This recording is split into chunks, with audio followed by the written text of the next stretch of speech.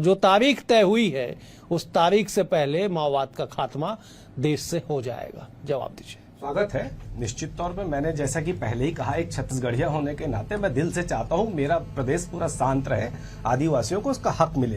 पर डॉक्टर साहब क्या होता है, देखिए 2014 से 18 के दौरान 15 साल की रमन सरकार भी यहां पर थी और वहां पर बीजेपी की सरकार भी थी, मोदी और शाह की। अगर नीयत बुलंद होती है तो निश्चित तौर पर मुझे यह स्वीकार करने में कोई हर्ज नहीं है कि अगर केंद्र सरकार के इरादे बुलंद हो, दृढ़ निश्चय हो और जवानों को फ्री हैंड दिया जाए तो इस देश में कहीं पर भी नक्सली और आतंकी ये हो नहीं सकती कोई भी समस्या।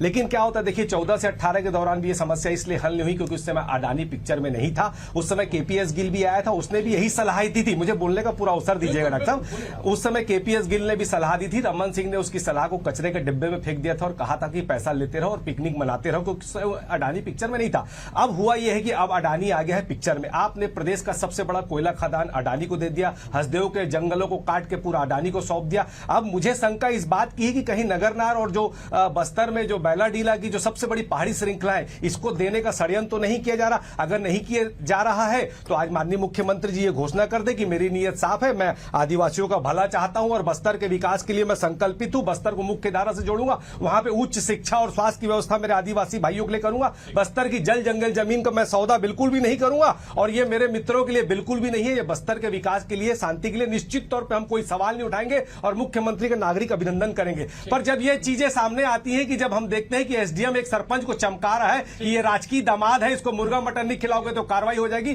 तो वहां पर शक होता है।